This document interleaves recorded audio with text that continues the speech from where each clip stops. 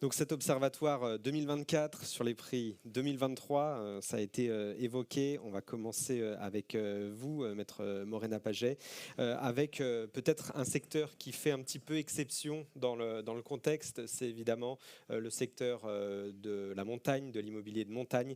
On va commencer par ça, comme ça après on reviendra en pleine sur un marché plus commun et avec des tendances plus homogènes. Merci.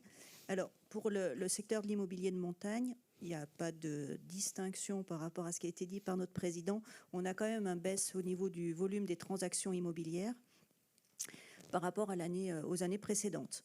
Si on regarde le marché des appartements anciens, on a une baisse significative du nombre de transactions, qui est différente selon les massifs. On a moins 49% pour le massif de Beldon, moins 19% pour le Vercors et à peu près 15% pour l'Oisans.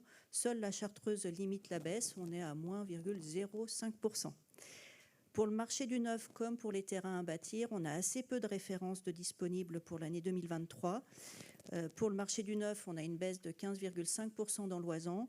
Pour les terrains à bâtir, on a des baisses d'environ 16% dans le massif de Beldon ou de 8% au niveau de l'Oisans.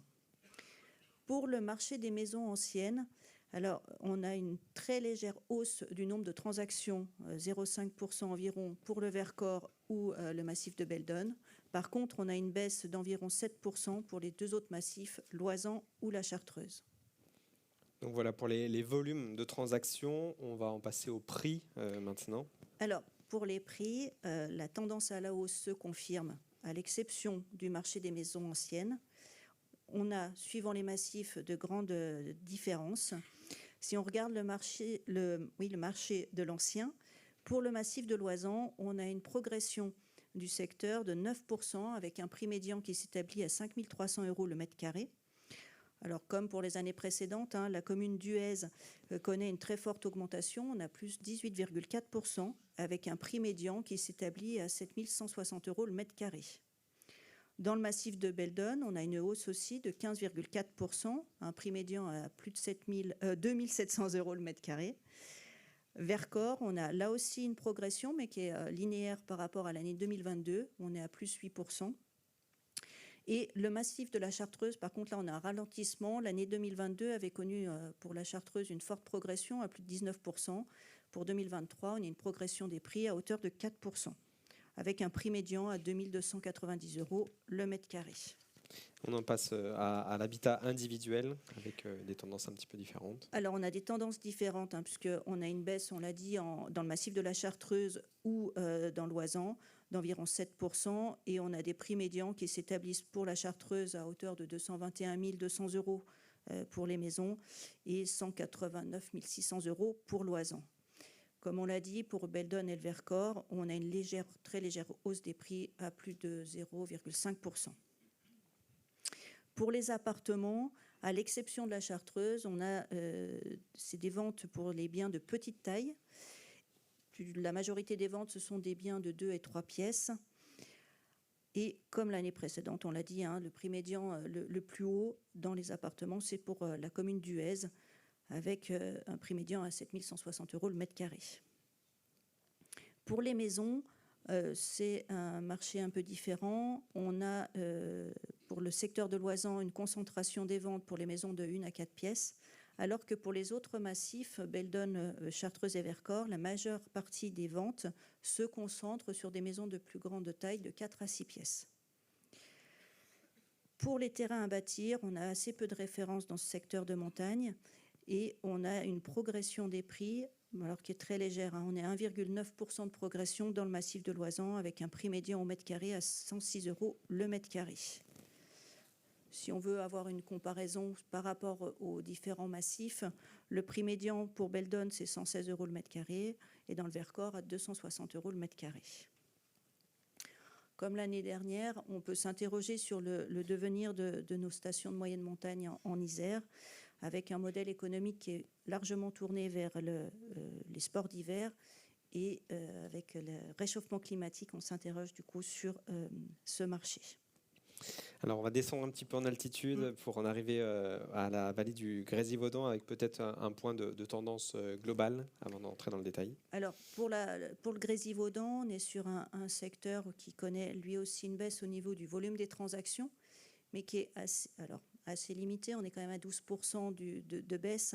Mais par rapport au niveau national ou au niveau départemental, on a une baisse qui est quand même moins importante. On est sur un secteur qui continue quand même à bien se porter, qui est attractif pour les acquéreurs. On est sur une vallée qui est entre Chambéry et Grenoble, où on a des entreprises qui sont dynamiques et il y a un attrait pour les acquéreurs pour ce secteur-là. Alors, on va analyser type de bien par type de bien, peut-être en commençant par le collectif ancien. Alors, pour le marché du Grésivaudan, le collectif ancien, c'est un secteur important. Ça représente environ 50% des ventes sur le secteur, alors que les maisons représentent à peine 30%, les terrains à bâtir un peu plus de 5% et l'immobilier neuf environ 15%.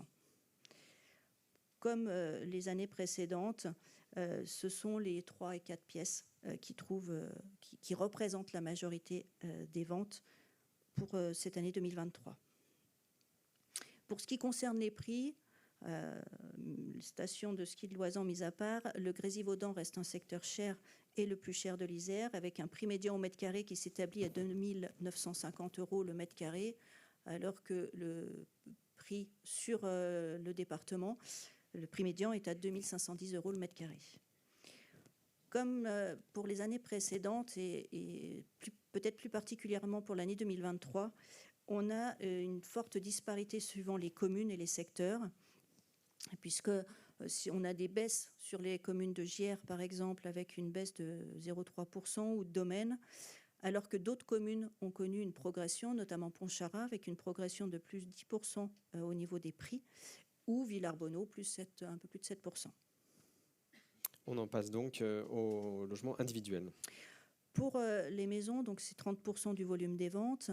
On a une baisse importante là sur les maisons. On a moins de 30% de transactions, mais on a quand même un prix médian qui s'établit aux alentours de 387 000 €, et avec une toute légère baisse au niveau du prix, puisqu'on est à moins 0,8%. Comme pour les appartements, suivant les communes, on a des disparités importantes. Il y a une forte progression sur Saint-Martin-d'Uriage, avec une progression de plus de 20% au niveau des prix, avec un prix médian à plus de 541 000 €. Saint-Imier, plus 10%, Mélan, plus 9,5%, Crolles, qui progresse aussi, plus 6,5%, alors que d'autres communes sont en net recul. Domaine, moins 17%, Villarbonneau, moins 14%, ou encore Saint-Martin-d'Aire. Et on en arrive aux appartements neufs. Alors, pour le neuf, c'est 15% des ventes dans le secteur, 20% du marché isérois. Le prix médian s'établit à 4 570 € le mètre carré. Et là encore, suivant les communes, on a des fortes disparités. On a un recul de plus de 6% sur Crolles, alors qu'on a une augmentation de plus de 13% sur Saint-Martin-d'Aire. On a un marché qui est plutôt stable par rapport aux biens vendus, par rapport au nombre de pièces. On est sur des 3 et 2 pièces qui représentent la majorité, plus de 50% du marché. À titre d'information, la surface habitable moyenne, c'est 65 € 65 mètres carrés, pardon, pas 65 €. Et on en arrive au dernier type de bien, qui est les terrains à bâtir. C'est une denrée assez rare sur le Grésivaudan. On a un volume des ventes qui a baissé. On a 117 références pour l'année 2023 contre 242 pour l'année 2022. Donc on a une baisse significative. On l'a dit, c'est 5% environ des ventes sur le secteur. On a une forte progression une diminution de la surface. En fait, ce sont les terrains de petite surface qui se vendent le plus, moins de 600 mètres carrés. On a au niveau des prix une hausse, puisque pour les terrains de moins de 600 mètres carrés, on a une hausse de plus de 15%, avec un prix médian à 351 € le mètre carré. Et pour les prix, 309 € pour les terrains entre 600 et 900 mètres carrés, 249 € pour les terrains plus grands. ce qu'il faut noter, c'est que c'est vraiment les terrains inférieurs à 600 mètres carrés qui représentent la majorité des ventes. Donc voilà pour les prix. Qu'en est-il des profils d'acquéreurs sur ce secteur du Grésivaudan? Alors, on n'a pas de modification par rapport à l'année précédente. Sur le Grésivaudan, le profil type, c'est celui du cadre supérieur. On constate qu'il y a des distinctions ou des différences par rapport aux acquéreurs suivant les biens. Sur les appartements anciens, il y a plus de 50% des acquéreurs qui ont moins de 40 ans, alors que dans le neuf, ce sont plus de 50% des acquéreurs qui ont plus de 50 ans. Le marché des maisons anciennes, comme celui des terrains à bâtir, est dominé par les acquéreurs qui ont entre 30 et 50 ans. Ça représente plus de 70% des acquéreurs. Pour les appartements anciens, là aussi, le profil socio-économique est stable. L'acquéreur, comme celui de l'année 2022, c'est le cadre supérieur, qui représente 30% pour les appartements anciens, 31% pour les appartements neufs. La majorité, là encore, pour les appartements anciens à moins de 40 ans, c'est plus de 50% des acquéreurs. Et si on veut parler de la durée de détention des biens, les vendeurs gardent leurs biens plus de 10 ans. Ça représente plus de 50% des ventes. Pour les appartements neufs, rien de nouveau. Comme pour les autres catégories de biens, il y a une sélection des acquéreurs sur ce marché et ce sont les cadres supérieurs et les professions intermédiaires qui représentent plus de la moitié des acquéreurs. Avec une distinction par rapport à l'année 2022, il y a une progression des retraités qui représentent aujourd'hui 25% des acquéreurs pour les appartements neufs. Et en termes de tranche d'âge, ce sont les plus de 50 ans qui représentent la majorité des acquéreurs. Enfin, pour les maisons anciennes, profil socio-économique est identique. Les cadres et professions intermédiaires représentent environ 70% des acquéreurs. C'est constant par rapport à l'année 2022, ils représentaient déjà 68%. Et au niveau de la tranche d'âge, ce sont les 30-50 ans qui représentent plus de 70% des acquéreurs. Alors ça s'explique aussi par rapport au prix. Il faut des ressources importantes pour pouvoir acquérir une maison dans le secteur du Grésivaudan.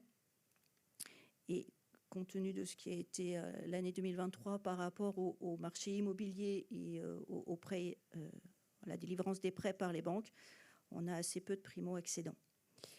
Comme pour les appartements, les vendeurs gardent leurs biens longtemps. Plus de 40% des maisons vendues sont détenues depuis plus de 15 ans au moment de la vente. Et pour les terrains, la même chose, le profil, les cadres, les professions intermédiaires qui représentent plus de 57% des acquéreurs. La tranche d'âge, ce sont les 30-50 ans pour plus de 70%. Et au niveau des vendeurs, si on veut terminer par le marché des terrains à bâtir, ce sont les retraités qui représentent plus de 74% des vendeurs de terrains à bâtir.